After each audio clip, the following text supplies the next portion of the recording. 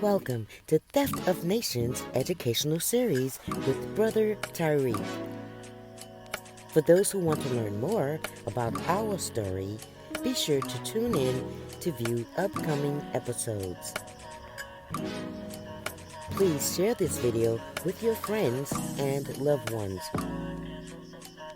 And don't forget to like and subscribe.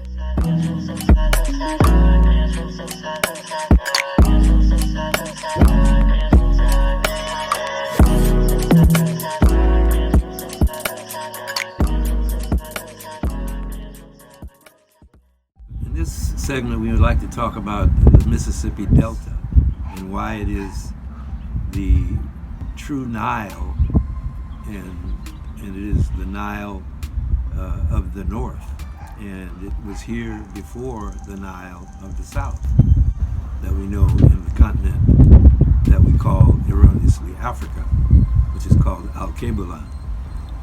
So the Mississippi Delta is where the many great rivers, starting back way up in what now is called Minnesota, in the land of 10,000 lakes, and as well 10,000 pyramids.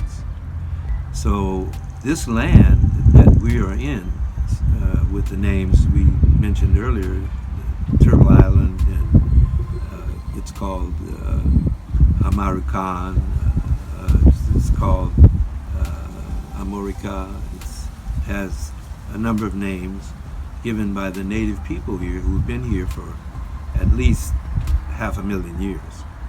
So we have to get past this lie of his story that things over here are unrelated to what is over there across the Atlantic.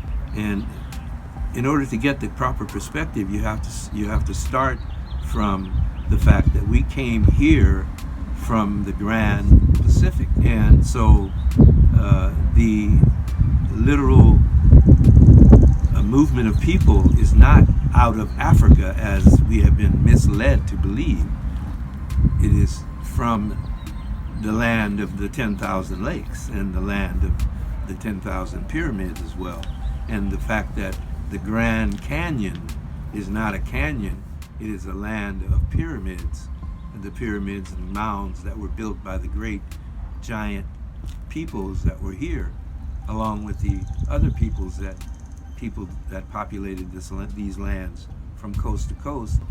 And as Meriwether Lewis wrote, learn about and know from wherever they went west of the Mississippi, they found the spiral hair people in charge. And that's one of the things we must make clear, that all of the people up and down the Mississippi River and the great Missouri River and the great Ohio River and the three rivers of the North coming together to become the Mississippi River, the Grand Nile of the North, where you have the city of Cairo, you have the city of Memphis, you have all of the things that later became over there came from here.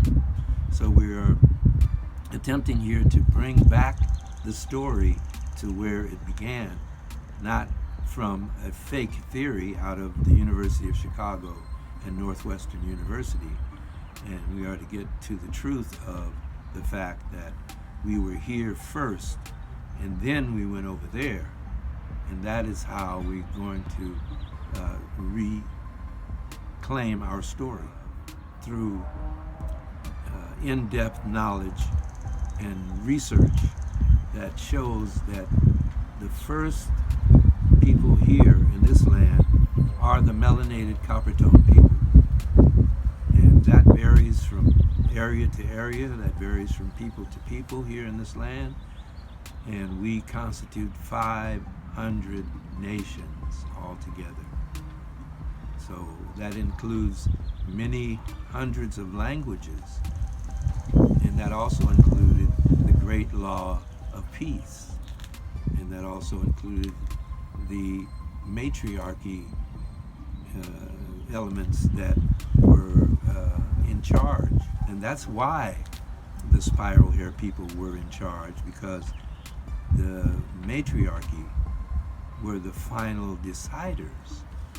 And that is what was seen and chronicled across the land, that the women always had the last say, the elder women especially. That's how the great law of peace was maintained. So we have a story again, and our story is such a vast, incredible story, but we must retake it, and we must retake it from the perspective that it started here and not somewhere else. And once we figure out and dig up and clarify the story correctly, we're going to see that, oh, over here is where it all was. And we had a land of mounds and pyramids across this land from coast to coast. And again, as Meriwether Lewis and his band of men, led by Brother York and Sister Sacagawea, introducing the Meriwether Lewis and Clark Party to the peoples that they came into contact with. Otherwise, I don't think they could have had such a trip.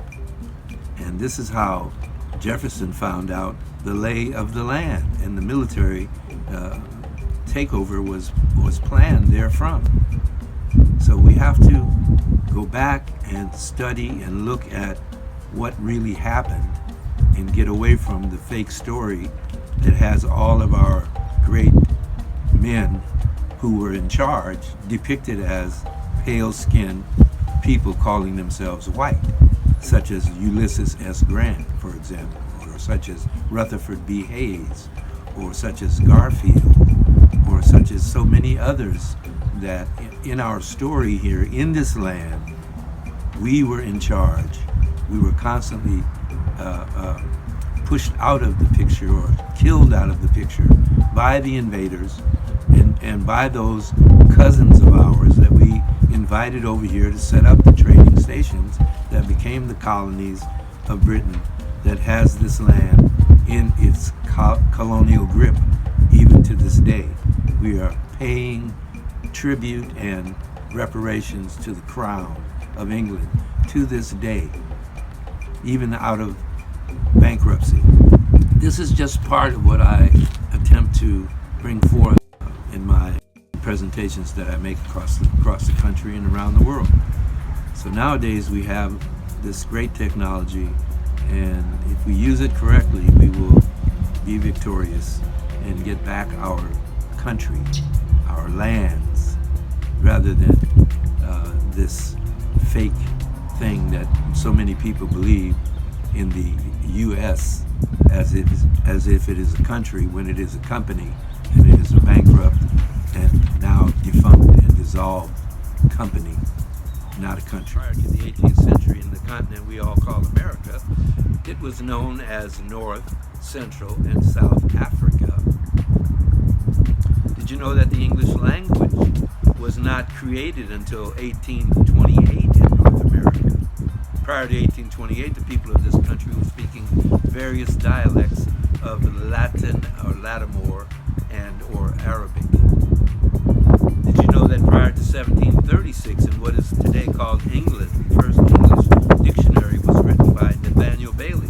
Prior to that time, the Europeans were speaking different dialects of Latimore and Arabic. For 700, almost 800 years, that was the case in Europe. Did you know that 50,000 melanated women plus their children were executed at Niagara Falls 200 years ago in an attempt to conceal this information? Did you know that Niagara Falls means Knickerhead Falls? Did you know that a Moor by the name of Sir Thomas More, the great Lord Chancellor of Henry VIII's body, was cut up in pieces and spread over the London Bridge in England because they detested the fact that they were ruled by us for 800 years?